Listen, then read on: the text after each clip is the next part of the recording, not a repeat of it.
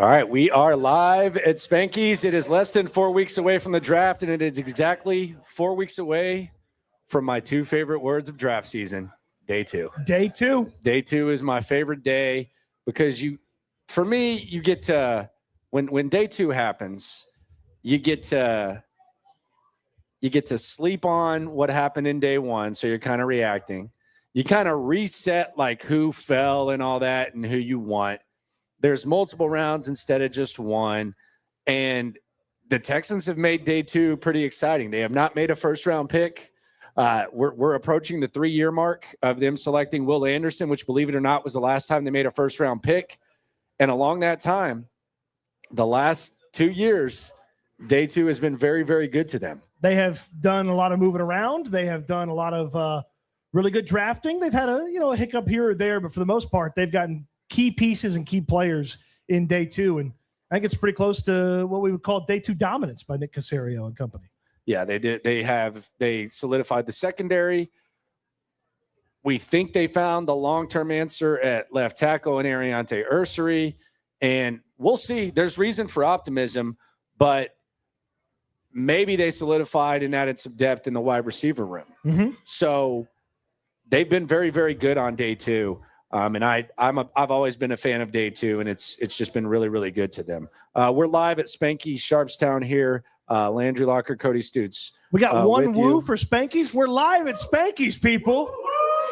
There we go. All right. I got to be honest, Cody. I don't know about your pizza choice today, brother. I kind of feel like you tried to do a little bit too much. Hopefully, the Texans don't approach the draft like you did, because you just tried to. I don't know what you were trying to do there, but I did exactly what Nick Caserio does in the draft. I identified what I wanted and what I felt like was a good choice, and I went and made it happen. I got a half Toscano, half Hawaiian pizza. Okay. There's a lot going on. It's cool that they let you. It's cool that they let you go half and half here. Sorry, with the it's different not sauces. a regular I just don't know cheese about this pizza choice for you, man. Sorry, it's too much flavor over here. I went pretty much I went deluxe, dude.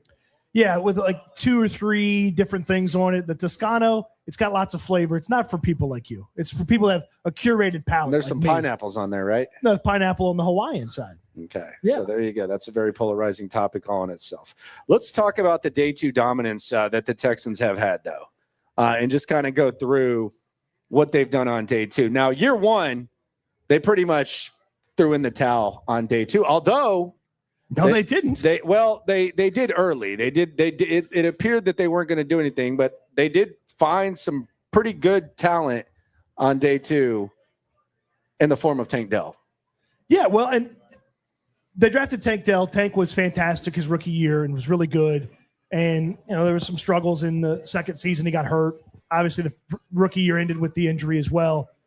There was hope for Juice Scruggs when he got drafted. I don't know that everybody was super excited. He actually got drafted before Tank, and they traded up for both those guys to go and get him and made moves to acquire them. There was some hope for Juice, and they were going to give him the chance to be the starting center. He got hurt in training camp, and it didn't go so well. But Tank's the darling from that. Yeah. Yeah, and it started out really well. It was a very good pick. I think the other guys that we were talking about in that range were, I think we were talking about Marvin Mims out of OU. Yep. Was kind of the guy that we would talk about like in the same form, Tank. But they got Tank, and he had a really good rookie season. Juice Scruggs didn't really work out. But the next year, when they traded out of the first round, was when they really, really, really, really started clicking on day two. Well, and that was when we're all wondering, like, what are you doing here? Like, what's the idea here? You felt like the need for the Texans and what was going to be available in that first round pick where they were supposed to pick was going to be aligned perfectly. And then Caserio moves around. And you're like, okay, well, if you're going to do that, you better nail it on day two. And sure enough, he did. The Kamari Lassiter pick ended up being fantastic. He's arguably the second best or the best cornerback from that draft. Him and Quinyon Mitchell are right next to each other in most people's eyes. DeJean, if you count it.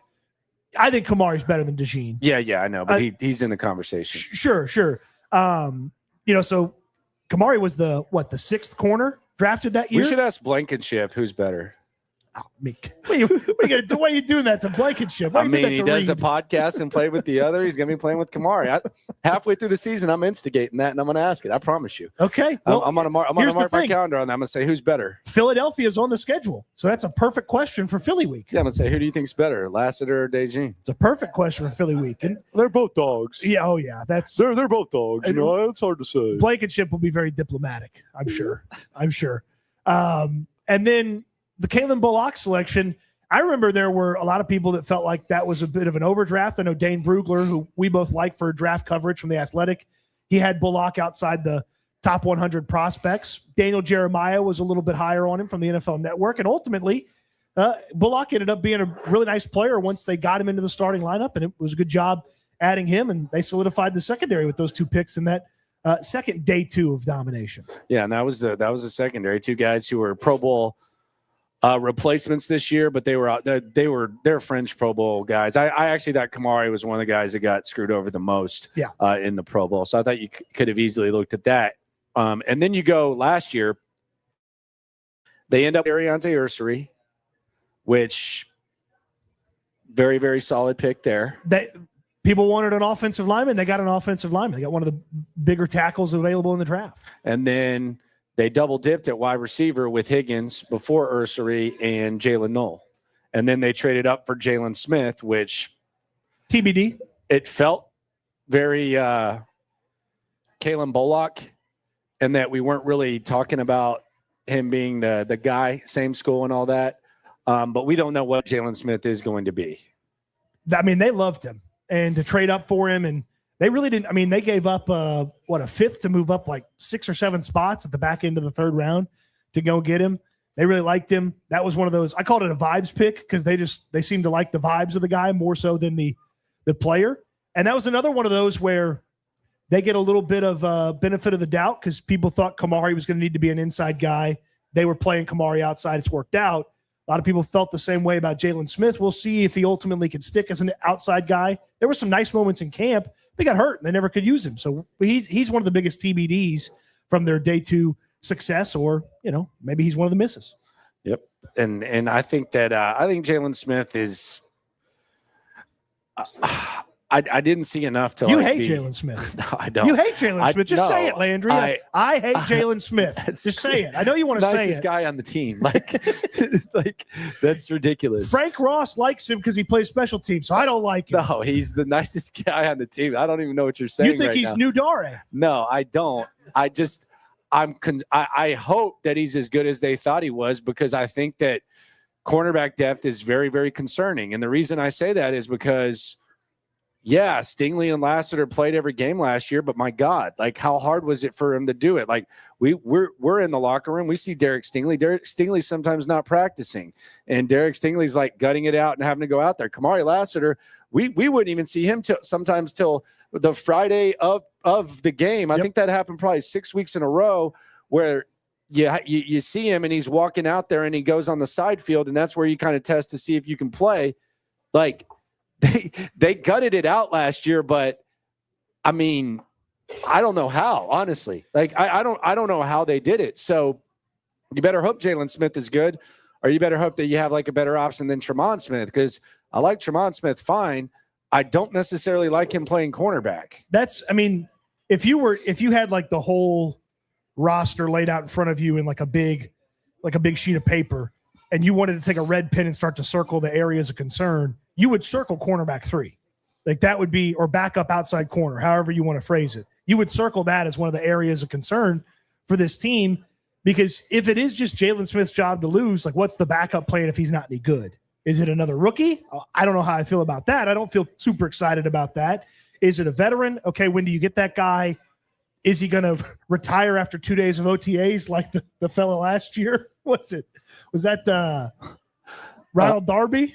Ronald Darby, yeah, he lasted like a week. Yeah, you know what? He saw Jaylin Smith, and he's like, I got to get out of here. He took some money. Yeah, I think he let him keep his like $200,000 or whatever. Yeah, he did a good job. I think he got like $500,000 or something. Maybe it was good. It's all-time accounting move right there by him. Yeah, that was good hustle by him. That's what it was. He showed up. He saw Jaylin Smith. He's like, I can't compete with this guy. You better hope so. No. You better hope so. So on the day 2 is Juice Scruggs and we're talking D'Amico Caserio era. Yep. Is he the biggest day 2 miss? I mean, he's got to be. He's got to be, and for a variety of reasons. One, he just didn't work out. They brought him back, or they were handed him the center spot. He ultimately got hurt in the final preseason game. They couldn't play him for a good portion of the season. He was another one of those just like, when is he coming back things? Remember? It was supposed to be a 4-week injury, and then it was supposed to be a 6-week injury, and the next thing you know, it's like 11 weeks before you see him. And when he came back, he didn't even play center. He played left guard. Didn't lock down the job the following year, and then ultimately became a backup. And it was one of Caserio's bigger draft prognosticators think this, Caserio thinks that. Draft prognosticators were right. A lot of people thought Scruggs should be a day 3 guy, maybe even a round 5 guy. They traded up for him, got him in the second round. See, I disagree. I think Blake Fisher is by far the worst, because I don't think Blake Fisher is going to give you, as a starting caliber offensive lineman, what Juice Scruggs gave you. And Juice Scruggs didn't give you a ton. And the other thing is there's kind of a snowball effect with Blake Fisher, where you at least had Jared Patterson to kind of fill in for Scruggs whenever he wasn't able, capable, whatever. And he could also, Juice Scruggs did fill in at guard at times. Blake Fisher, right now, there's like a snowball effect where he stinks at right. He's a terrible right tackle. He had the worst training camp I think I've ever witnessed in my life. And that includes Matt Khalil, who couldn't even walk. And now, because of that, you have Trent Brown, which is cool. You spent how much ever you spent on Braden Smith. Yeah. So I would say Blake Fisher, because if Blake Fisher were solid, you'd probably have more money to work with. And it also started the offensive line run, as you so eloquently pointed out when it happened. Like, Blake Fisher was the first of like a handful of tackles that went when he went. So it's not like Kamari Lassiter kind of falls into your lap and you don't have the choice to choose between him and the other corners that went in that vicinity. Like Blake Fisher, you had all these tackles in front of you and you went with Blake Fisher. If I remember correctly, which I think I do, because complaining about could have drafted this guy, could have drafted that guy is like my specialty. If I remember correctly, I feel like the only tackle that got drafted on day 2 before Fisher was Patrick Paul. And that was the UH kid that ended up in Miami. And then Caserio started the run, and then a bunch of guys went after. And most of those guys are useful players. And here we are talking about Blake Fisher, and he's not even going to make the team, it feels like.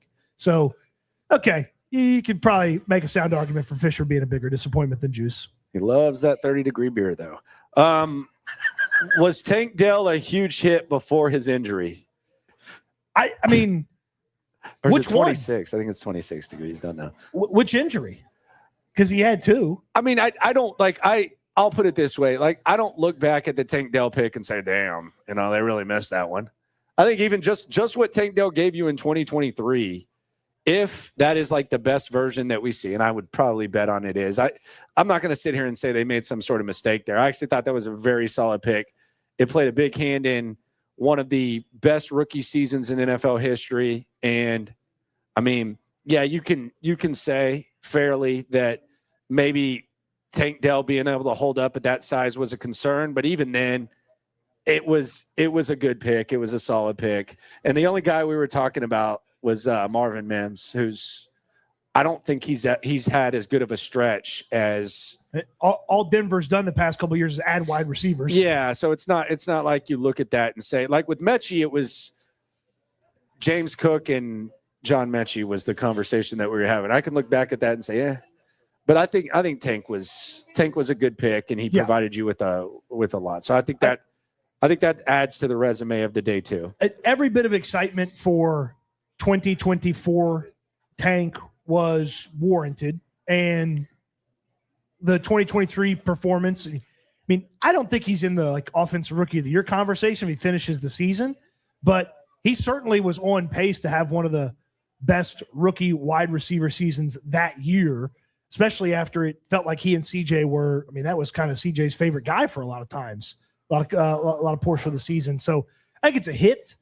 I think it's a big hit because of what he did that first year, and you wish he'd had more before the injury in 2024. And now it's Okay, what do you realistically expect out of Tank Dell? Just comeback video season, man. Workout video season right now with Tank Dell. He's put out a large amount of workout videos. He has not the wide receiver factory, and then they get aggregated, and it's like, well, that's what I mean. Why are you putting this part of the video out? Yeah, I'm good on workout videos for right now. Let's wait. Let's get some summer videos. He's trying to get his leg back, man.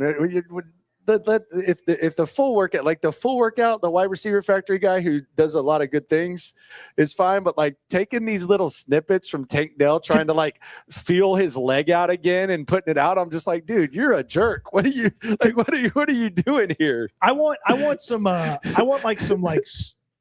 slow motion, like upper body Tank Dell catching the ball videos. Like I don't want to see him with the knee sleeve on and all that kind of stuff. Just give me like some upper body workout videos with Tank. Like, really you get a good camera angle, like over his shoulder where he's like catching the football and you kind of see the football coming to the camera. Give me one of those. I don't need any more.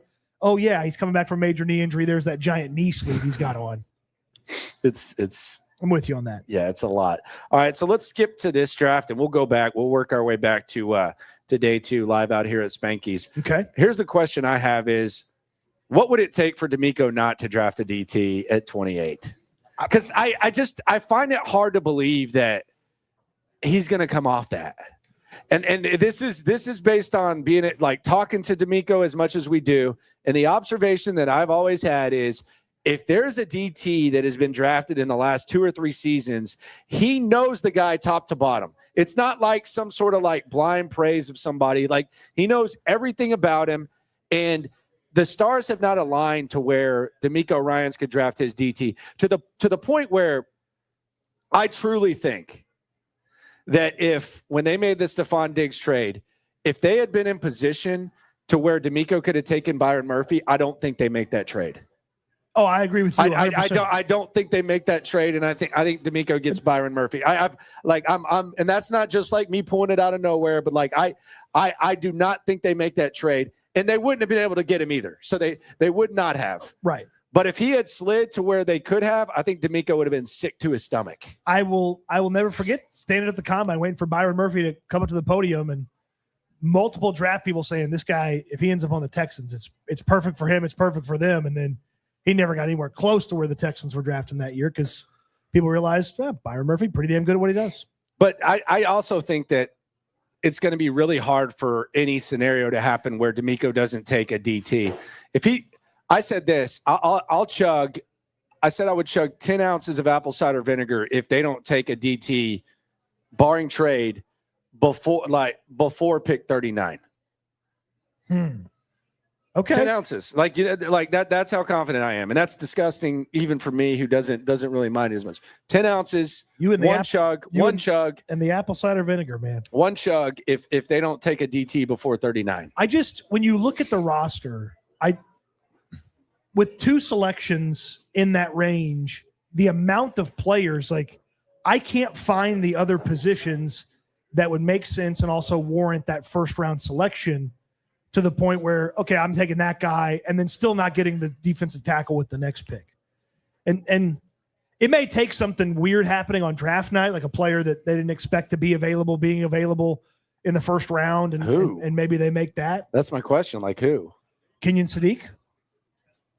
I don't even know if they really like him. I'm not why wouldn't you? I could see them falling in love with some of these other tight ends that are more traditional tight end types that they like. What about I like Sadiq. What if like one of these top corners started to slip and they wanted to make that with the first round pick? Again, I feel if they for them to not draft a defensive tackle, something goofy would have to happen on draft night, or they take an offensive lineman and then they take something else at 38. If they draft a corner in the first round, then that means that I think we can start talking about which one are they trading. Are they trading Lassiter or are they trading Stingley? Well, not before this season, but after this season. Right. That level of investment on a corner. Or, if Spencer Fano from the Utah tackle, if he started to fall and they went up and got him, that might be the answer. That might be it. Yeah, that might be the answer to what to what it would take. It does feel like when you look at the roster, what they could use, what should be available at 28, defensive tackle does feel like the way that they're going to go right now. Yes. What positions would you take two of? I was talking before the show about this, and I talked about it yesterday. I would not mind them double dipping at DT.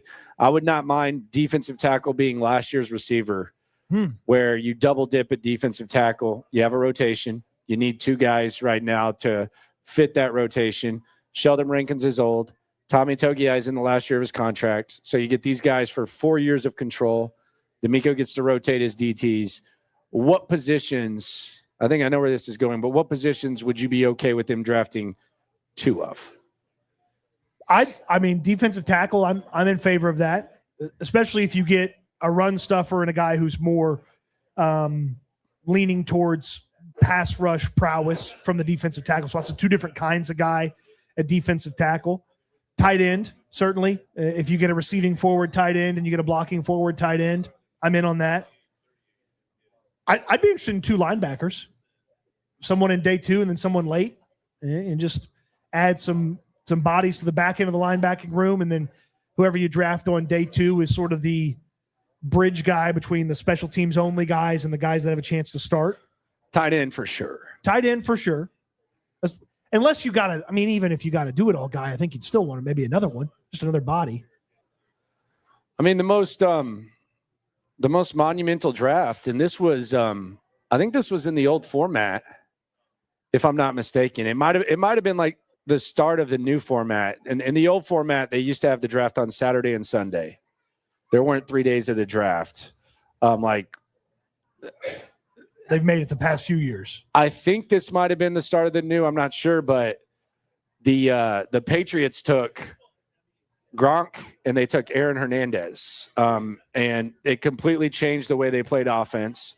I think it kind of revived Brady's career, which maybe it would have done with just Gronk, because we saw that for some reason Aaron Hernandez didn't last as long on the team as they thought he would, but.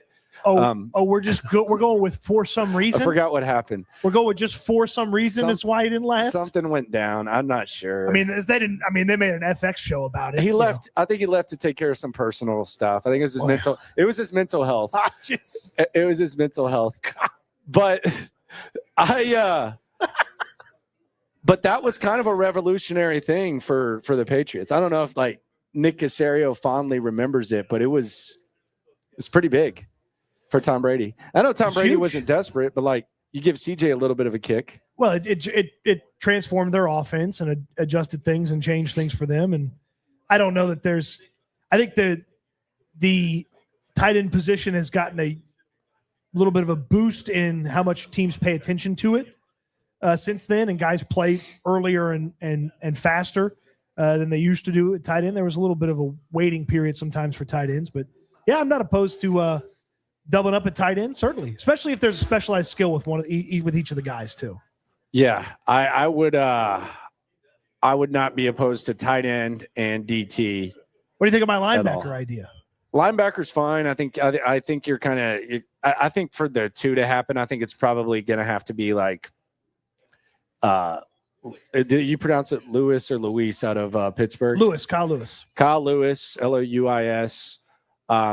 Allen out of Georgia. I don't know if they like Anthony Hill, but I think it would have to be like early and then a guy late. And then a guy late. Yeah. I mean, tight end, I could see you getting two by the end of round 4. Yeah. Like by the end of round 4, I could see you having two of those. I could see you having two DTs at the end of day 2. I could easily see that, especially with the way that it's laid out. Well, the thing too is like some of these guys, like I don't know if I would love drafting them so close to each other, but next thing you know, Caserio's made 2-3 trades, and all of a sudden they're picking with like the last pick of the 3rd round. It's like, oh, okay.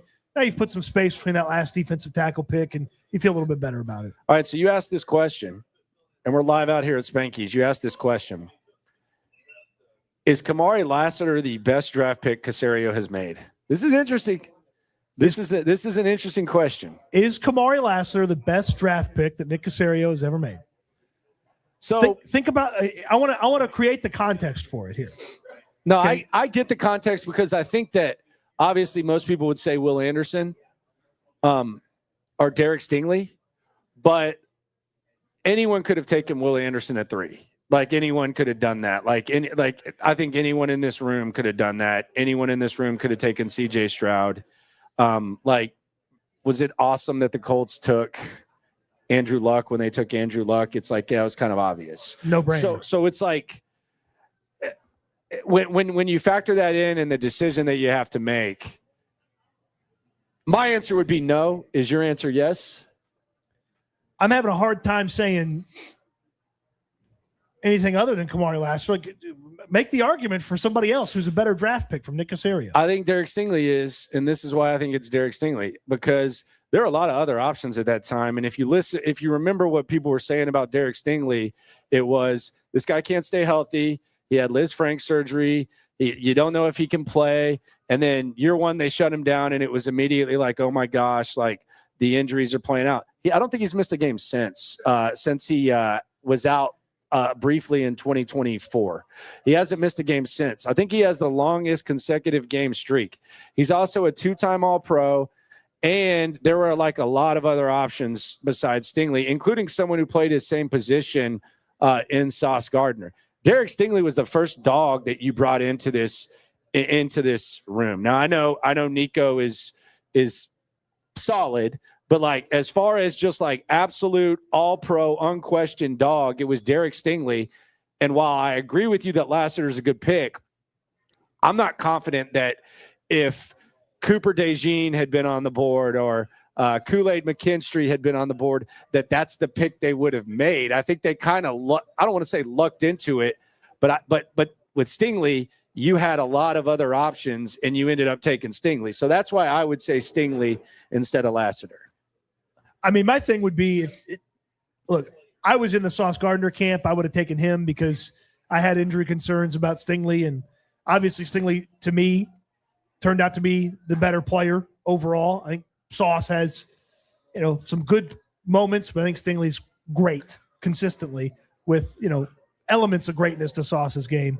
But if Stingley doesn't go 3, he goes 4. So I think it's similar to the other moves where it's like anybody could have made that pick. I know most people would have picked Sauce, but it's not like Derek Stingley falls out of the top 10 if the Texans don't pick him. I don't know about that. But I think the Giants would have taken him at 5 if he was available. Don't know. Okay. That was another one. That was Thibodeau, right? That was Kayvon Thibodeau. Yeah, a little Thibodeau talk. Some people wanted Thibodeau instead of Stingley. There was a lot of talk about Sting. So you would say yes on Lassiter? I feel like Lassiter's the best Caserio draft pick ever. And certainly, without question, the best DeMeco Ryans Caserio era draft pick. So how many players on the roster would you say are better than Kamari Lassiter right now? I think this is a good question. This is a tough one, too. Because, Will's better than Kamari. Right? Yeah. Will's better than Kamari. Yeah. Okay. So we know Will. Daniil's better than Kamari. There's one defensive end over the past 4 seasons has more sacks than Daniil. Yeah, he is. It's Myles Garrett. Yeah, so Daniil's better and Will's better and Stingley's better. Stingley's better, but Stingley didn't always play better than Kamari last year. Correct, but Stingley's the question just, Yeah, he's better. Stingley's better. Yeah, that's 3. Okay. And that's it. Kamari's better at what he does than what Nico is at what he does. Agree or disagree? The crowd seems to disagree with me here at Spanky's. I think he's more complete. Like Nico's not really like a who played in the playoff game. Nico's not like a possession guy. Kamari Lassiter is like a complete corner. Like he's a run stopping corner that can also cover. I don't know. I could go either way on that. Okay. All right. So you're saying he's the 4th best player on the team? Kamari Lassiter he's a top 5 player on a really, really good roster, right? Yes, absolutely. That's part of the reason why I think he's one of the best draft picks that Caserio's ever made and the best draft pick he's ever made. Yeah, and he adds an element that is not – it's very unique. Like it's hard to – like when you talk about Kamari Lassiter's value, it's like, okay, yeah, he's a really good He's pretty good in coverage. But really good run stuffer. How many corners are good run stuffers? In this day and age? Yeah, how many? Not that many. Well, Stingley's good at it too. Like, I'm not trying to take anything away through it. Stingley, like they're both willing, but Kamari's just like a next level guy. Right. Because he's as JJ eloquently put it, certified psychopath. Yeah. Certified card-carrying psychopath. Which Kamari told me that his mom got upset that he was being called a psychopath. And then he had to explain it's okay. He's like, yeah, that's a good thing. By the way, that's Emmy winner, JJ Watt. What do you win an Emmy for? Upcoming broadcast talent. Okay. They're just making up awards now. I mean, he's good. I'm not. All of a sudden, JJ's not a good broadcaster. We like JJ on the broadcast. I love JJ. Yeah. But yeah, I did not know that. On the chat, Dominic Castillo says, if CJ and Diddy Watson would play for free, who would you take at QB? Like the current version of Deshaun Watson? I can't imagine the current version of Deshaun Watson's got much juice to him. Yeah, I would doubt that. So yeah, like the current version, you'd take CJ, but the coming off of a big break, coming off of the multiple Achilles injuries that he dealt with, the one that was bad and then he re-injured it and so on and so forth. There's not any juice left to Deshaun Watson's game right now. But Deshaun Watson's the best quarterback that this team has had. Like, let's not be crazy. Yeah. We don't have to revisit this conversation.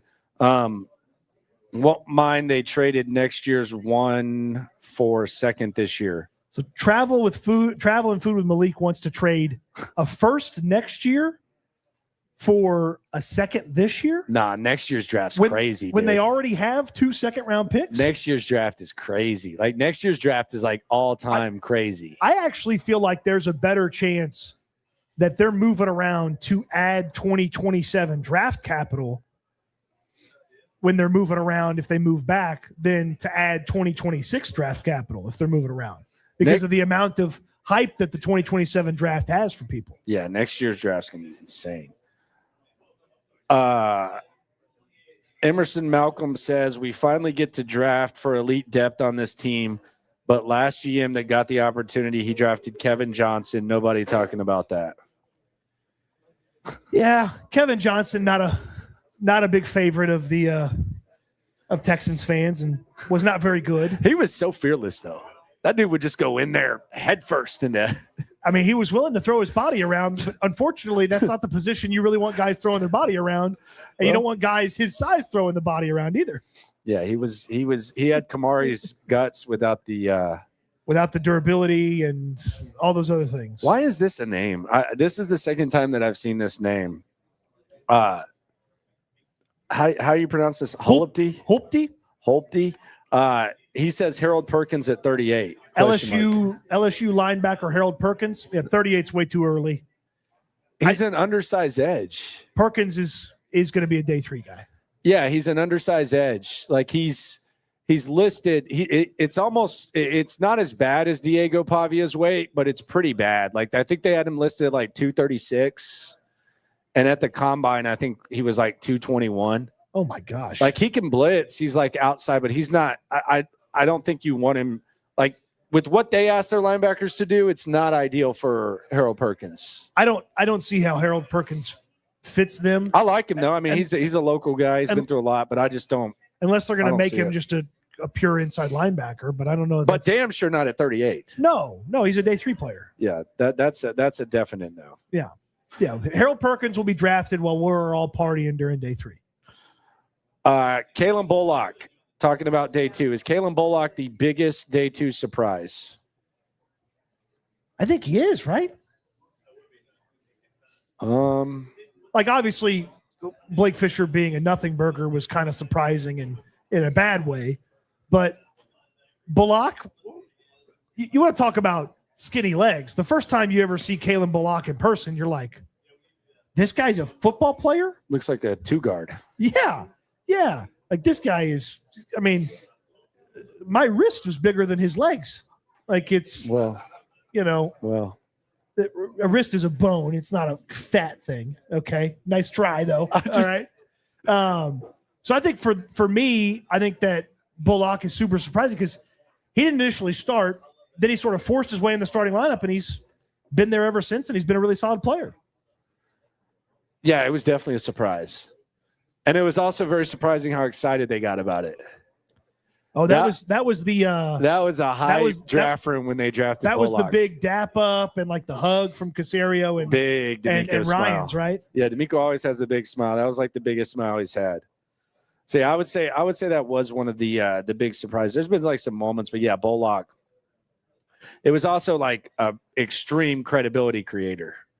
Oh yeah, extreme credibility creator. Because they went against the grain with Kamari Lassiter, primarily from a usage standpoint, not necessarily from where they drafted him, but most people thought he was only going to be an inside guy. They played him outside. It's worked. And then they went kind of against the grain with Jaylin Bullock, and he ended up being a starter pretty quickly and hasn't given up that job since. So, and a playmaker at the safety spot too. Jaden Higgins, another one. He was the first pick they made last year. What's realistic for Jaden Higgins? I said 907. 900 yards and 7 touchdowns? Yeah, I just took Drake London's stats and pasted them in. Is that second year Drake London? Last year Drake London, I think. Last year's Drake London. Yeah, 907. Okay. Now my question is, would I sign up for 900 yards and 7 touchdowns from Higgins right now? So you think he can do even better? I don't think it's out of the question. I guess you probably sign up for the 907 touchdowns just right now. I mean, he got going right there in the middle of the season, and I just wonder if it started to slow down for him. He started to figure things out, and the game is going to come a lot easier to him in 2026, kind of along the lines of how it did in the back end of 2025. If him and CJ can just get on the same page in the red zone, then the sky's the limit. Because I think that's his potential superpower. That's his potential, just extreme superpower is in the red zone. So you said 907? Yeah, 907 touchdowns, 900 yards, 7 touchdowns. All right, so it's another 400 yards from what he had last year and 1 more touchdown? Yeah. I think he can get more touchdowns. I feel like there's more touchdowns to be had. Because surely they're going to get in the red zone and be better than last year. Okay. Surely. Okay. Surely. Nah, they should be, but. Surely. They should be, but anytime someone says it can be worse, it's sometimes worse. Where would they be without Ariante Ursery? Like, what would we be saying about this team? I have to imagine we would primarily be talking about drafting a tackle at 28th overall if they didn't have Ariante Ursery. Which is really a helpless feeling because tackles are so valued and you're kind of in no man's land whenever that happens. Well, I mean, Caserio kind of found that out last year in the draft when he was sitting there and it was more than just tackles, but like offensive lineman after offensive lineman kept coming off the board, including tackles and the top guard and then the second guard. And next thing you know, he's on the clock and there's no lineman to draft and they got to move around. And ultimately they end up with Ursery. And he ended up being better than some of the other rookies that got drafted ahead of him. But they'd be in some big time trouble if they didn't have Ariante Ursery. Yeah, it would be the most helpless of helpless feelings, and they're not there with that. And I'd wonder if they maybe would have spent in free agency on a left tackle and not added Braden Smith for right tackle. What is the real Jaylin Noel, and will the Texans see it in 2026? I believe the real Jaylin Noel is a dynamic piece to an offense. And I believe we will see it in 2026 because there's no Christian Kirk to keep him stuck on the bench. And any of the questions or worry that they had about Jaylin Noel that kept him from getting on the field, hopefully he answers those and gets that out of the way so he's forced to be on the field. And this guy was super productive at Iowa State. He's really fast. I'm not also sure he's not the fastest player on the team. And we've seen like flashes of it. And I feel like there's a chance we see consistent, dynamic production from Jaylin Noel. I think that the mindset in the war room might have kind of impacted the way that they use Jaylin Noel, where I don't think Jaylin Noel was necessarily selected to be like a big part of last season. I think that they knew that they had Christian Kirk, and I think this was what I call a chess move, where you're drafting, and I think almost to like the detriment, they never really allowed Jaylin Noel to reach his full potential like in season. So I think that I think that there's a chance that kind of played into the manner in which they handled him. But I think too, just having to have an additional blocker on the field sometimes, and keeping you from operating the way that you maybe wanted to operate the offense, and having Kirk just stuck in front of him. Get Christian Kirk's out of there. Let Noel be the slot guy. There's not even really a backup slot wide receiver on this team right now. So more opportunity. Let me see some Jaylin Noel. So I actually put together a list that I want to see after day 2 concludes 4 weeks from today. After day 2. It's a wish list. It's the ultimate wish list. 1 top 5 defensive tackle. From the draft? From the draft. Okay. 1 top 5 tight end. Okay. Because I think only one goes in round 1, and then a top 3 center. And you have 5 picks in the first 2 days. So for me, like just based on what there is, like the recipe for me would be top 5 DT, top 5 tight end, top 3 center. Can they achieve all of that? I think they easily can. In 4 selections with what they have now, or, Caserio moving around doing some stuff. I think they easily can. 28, 38, 59, 69. One of the top 5 defensive tackles. That's the easy one. That's of your list to check off, top 5 defensive tackle is much easier to do than the other 2. Because defensive tackles are not as prevalent and near the top of the board as they have been in the past couple of seasons. The first one might come off the board in the 20s. So getting one of that's the easy one. Top 5 tight end. Yeah, because I don't know, when does tight end 2 even go? Is it before 40? Like, is there a chance that there's only been one tight end taken at 38 and it's going to be Sadiq? And then, like, what do people think about? I wonder Stowers? I wonder if because tight end has turned into such a big deal for a couple of different teams, and you've seen rookie tight ends have success sooner and faster than they have in the past. I mean, for 3 straight years, we've had an awesome rookie tight end.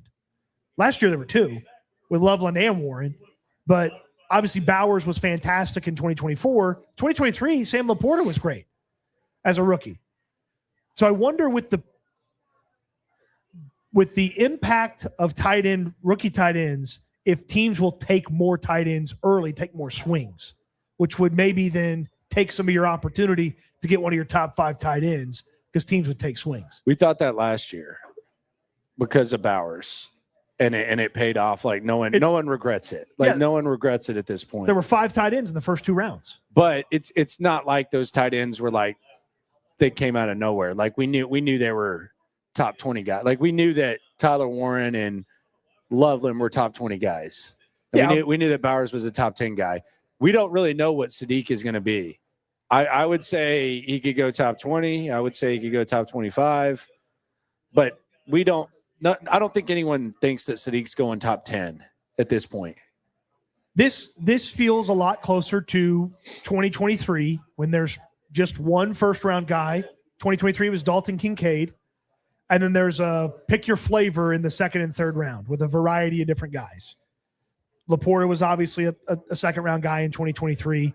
But they had 9 tight ends drafted in the first 3 rounds in 2023. The first one didn't come off the board till 25, Dalton Kincaid to the Bills. So it feels like 2023 where the first one's going to come off the board, and then day 2, whatever your flavor is, you want a pass catcher, okay, Eli Stowers from Vanderbilt. You want a blocker, okay, Sam Roush from Stanford. You want a guy that's maybe got a little bit of both, Maybe it's Max Clare from Ohio State for you. It feels like somebody's going to start taking some swings on day 2 at tight end. So the top 5 tight end, you probably have to get them at 59 or 38. Yeah, it just feels like it's just if they're comfortable at tight end, I question them from an offensive philosophy, like philosophically, and I already do. Like I don't have trust in Nick Caley. Like I don't know why anyone would have trust in Nick Caley, but I don't. If they don't think that they need tight end depth, then I don't know. It might just be a lost cause. Did he lie to us, Nick Caley? I just don't think I don't think he has a say in anything. When he said, I love tight ends, did he lie to us? I don't think that Nick Caley really has a say in anything. Well, why the hell not? Why does Cole Popovich get all this say and the offensive coordinator doesn't? Well, because Cole Popovich is like an offensive line alpha type of dude. Yeah, I don't think Nick Caley is going to be able to pound the table for a guy in the draft. I think Rod Wright could. I think D'Amico and Rod Wright are probably picking each other's brain on the defensive line coach, Rod Wright. I think they're probably picking each other's brain on DT. But I don't think that, like, Nick Caley is going to argue with D'Amico Ryans and get his way. I think he might give a little opinion here and there. But is he, like, going to pound the table for somebody? Cole Popovich might flip a table for somebody. My thing would be if Nick Caley, in a year where he basically has to be good at his job or he loses his job, if he can't go fight for a guy that he really wants, then there's no hope anyway. At least fight for him. I'm not saying you have to overrule D'Amico and get your guy, but at least fight for him. So I think Caley could fight for a guy. He's not getting 2. He might get 1. Because you got to think about this too. Like a 7th rounder? You got to think about this too, though. Is it Caley fighting, or does Caley fight through Caserio? Yeah, that's probably it. That's what I think it really is. Yeah, through Nick. Okay. Like if Nick Caley really likes somebody, it's not really Nick Caley that should make the pitch. It should be Nick Caserio making the pitch for Nick Caley. That's more likely to succeed. Hackashack on the chat says, if we're going LSU, get the Alphas RT. He's Swarm. Definitely Swarm. He would fit in. Yeah, I don't think there's going to be I think Myaz is going undrafted. If you get the joke, you get the joke. If not, hit the Google machine. You'll find it.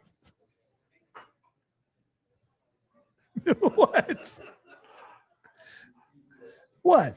Oh, you think Myaz is going in the 7th round?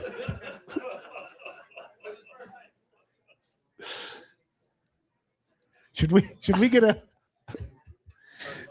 a custom jersey made? I was I actually talked. Would somebody want to win that at the draft party? If we had a, I'm surprised it hadn't been made already.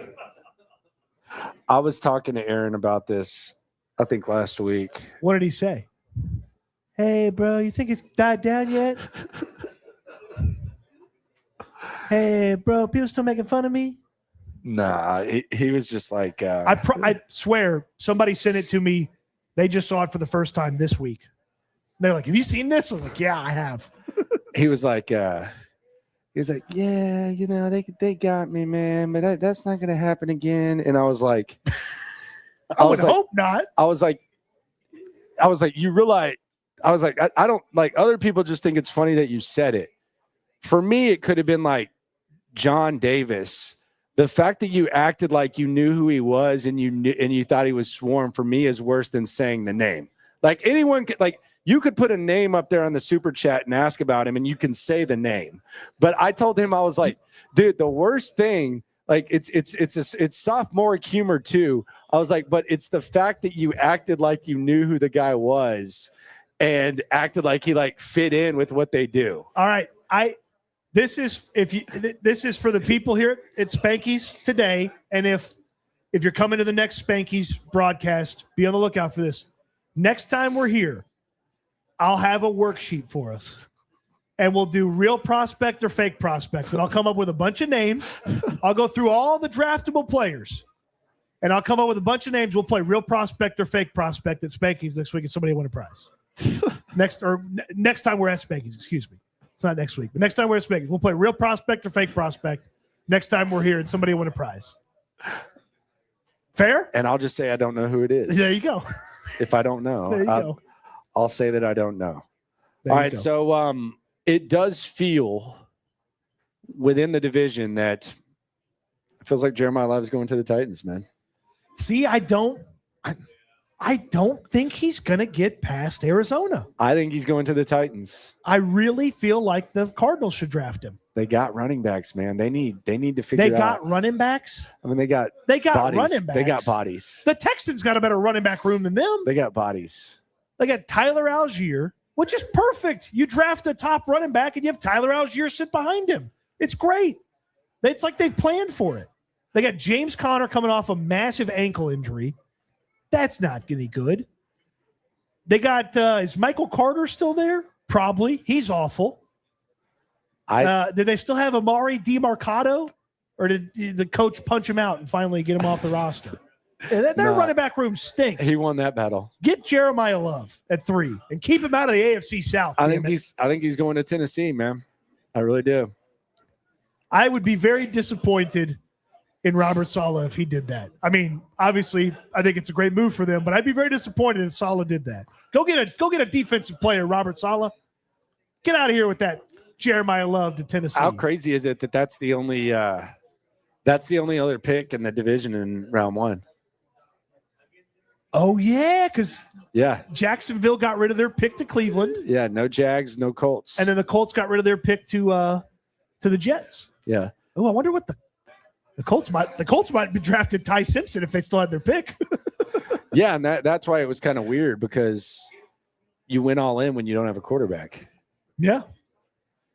What would I guess the Jags would do anything. I mean, the Jags have a pretty good roster. I like their roster. I think we'll look back at that Travis Hunter pick as bad as the not taking Aiden Hutchinson number 1 overall. Given what you traded and the fact that he's just a corner now, I think we might look back at that and say, that was really bad.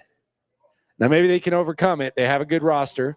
I think they have a good coach, but that looks really bad now. So you're telling me my autographed Travis Hunter trading card, I should get rid of it sooner rather than later? Sell now, sir. Okay. I didn't love the move. Buy for them. Brian Thomas Jr., sell Travis Hunter. It's a little easier to stomach because they were a good football team last year. I mean, they won the AFC South, and the pick that conveyed is a mid-20s pick. So it's a little easier to stomach, but with their willingness to move around, you wonder what could they do if they had that draft capital this year? Could they take 24 and some of their other picks and jump even higher for an even better player than what Hunter is going to be supposed to be? Because it feels like they're going to kind of just play him as a corner now. And Brian Thomas Jr. and Parker Washington's nice, and Jacoby Myers settled in. They extended him. I just thought he was a really good receiver. I think it's weird that they've just given up on that. Jacksonville's going to do Jacksonville things, man. That's a weird organization. Not even Liam Cohen can overcome how weird the Jaguars are sometimes. Can I ask you about something that I think that you have no interest in, but I think people care about? Go ahead. What do you want the rivalry jerseys to look like? Everybody here saw the disgust immediately. You're so jerseyed out after the new jerseys from a couple of years ago. But what do you want the rivalry jerseys to look like? What do you mean? Like as far as what? Like they have the Texans and the AFC South. Each AFC South team will have a rivalry jersey this year. So what's it like? What do you want the jersey to look like? What's the guideline for this? I don't know. I'm just kind of asking you. Do you want it to be red? You want it to be another red jersey? Yeah, another red jersey. The more red, the better. Okay. They're not going to let them do an H-Town blue jersey. Dude, they were never doing that. I actually feel bad that fans were screwed with that bad. Looking back on it, that was kind of mean of them. The Texans? Yeah, that was kind of mean of them to act like they didn't know that wasn't allowed. And it was just getting so pushed. So no, they're not wearing any oil. The Oilers jerseys are in the league, and the Titans have officially adopted them. So that's where that is. But here's what I will say about the rivalry jersey, and I'm hoping to find out some more information next week at the annual meetings, the owners' meetings. I think there's a chance they're going to have a white helmet. They need a white helmet. That was the original plan. I think there's a chance they're going to have a white helmet. That was the original plan. And Cal kind of leans on the side of tradition. He can convince himself that's tradition. Because those home jerseys aren't much different. They did not get wild and crazy. It wasn't quite Spider-Man pointing to Spider-Man, but it was Spider-Man pointing to Venom. My favorite part of you using the Spider-Man meme is that you hate comic book movies. Yeah, and cartoons and everything. Yeah, I'm not into it, but you like that meme. I mean, it's just like pointing to the same thing. Yeah. Yeah, like the home jerseys, it's like, okay. There was not a massive change there. Yeah, there wasn't much there. But yeah, I don't know what I would like a white helmet would be cool. How about a white helmet with a red jersey? I don't know. They might look like a ketchup model if they do that. That's kind of Texas Tech type. Well, nothing wrong with Texas teching it up. No, it's fine. It's just I don't know that they need to pull that. I don't think that would be. So what you're saying is white helmet, H-Town blue, dark blue jersey, that kind of stuff. That's what you're advocating for now. I didn't even think about the white helmet. That's my hope for the rivalry jersey. I feel like you know something here. And for those who don't know, the AFC South, it was the AFC East last year, but the AFC South will have a one-off jersey that they'll play against each other in the rivalry jerseys, and it'll be an extra jersey for them in 2026. So what's the Titans? Are they going to be the Titans, or are they? I don't know what going to stick with the Oilers or what? I don't know what theirs is going to look like, but some of them don't have massive change. Like the Patriots one wasn't like a huge change from what they normally have. So some of them are very basic. But I wonder if the Texans will get a little creative with theirs. Maybe one of those leftover ideas that didn't make the final cut from a couple of years ago. The hype of the new uniforms. One of the best productions ever. I just know how much you love a uniform combo. Hey, I like it. It's just it was so much with so little last time that they did this. Yeah. So when are we getting this Will Anderson extension? Great question. I don't know. Next week? Wouldn't that be wouldn't that be a fun way to sort of dominate the news cycle at the owners' meetings? Have the highest paid defensive player in football? And him feel like he's worth it? You think it's post-draft? I actually feel like it's before the draft. Oh, so you think within the next 4 weeks? I would hope so. What's the holdup? What is our conversation here? I don't know. It feels like it's a pretty cut and dry negotiation. I don't think it's like there's not another big defensive player that you're waiting for. Like there's not. I mean, the only thing that could have happened that would have changed our expected number was if Myles Garrett got an addition or extra money, and the Browns just screwed around with his contract and it didn't turn him into the highest paid defensive player in football. So, okay, Micah Parsons makes $46.5 million a year. Pay Will $47 a year and call it a day. Yeah, I think it seems pretty simple to me, but I'll say after draft. O says I was gonna hate on CJ. Oh, here we go. Oren with his daily CJ hate. He says, "How about no helmet for CJ? Love that idea." Come on, Oren. Come on. Now we're just being too harsh. Come on. Oren's going to turn me into a CJ fan. You're not a CJ fan? I mean, ready for him to just dominate this year to really show Oren up. Yeah, I think that would be in the best interest of everyone. So, or you know who Oren is? This is deep cut here.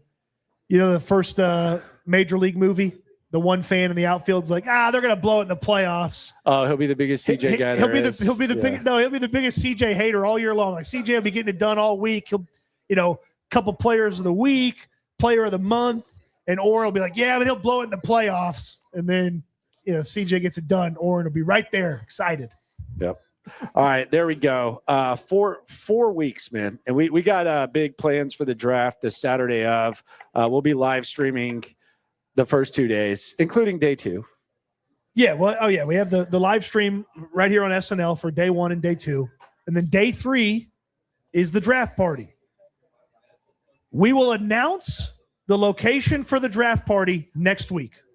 Okay. We will announce the location for the draft party next week. If you're thinking about putting it on your calendar, go ahead and do it. 4/25, location coming next week. You're going to love it. We're going to have a blast. It's going to be a big fun time talking about the first 2 days, watching day 3 of the draft. You do not want to miss it. If you're out of town, make plans to get there soon. I've been telling you about it. 4/25, draft party, location announcement next week. All right. Be sure to subscribe, like, ride along. Always remember, when it comes to this Texan stuff, we're all in it together. Eat good, sleep good, be good. We'll talk Texans again soon. Thanks for watching. Everybody have fun at Spanky's today. You said eat good? That pizza? Yeah. Too much flavor for you.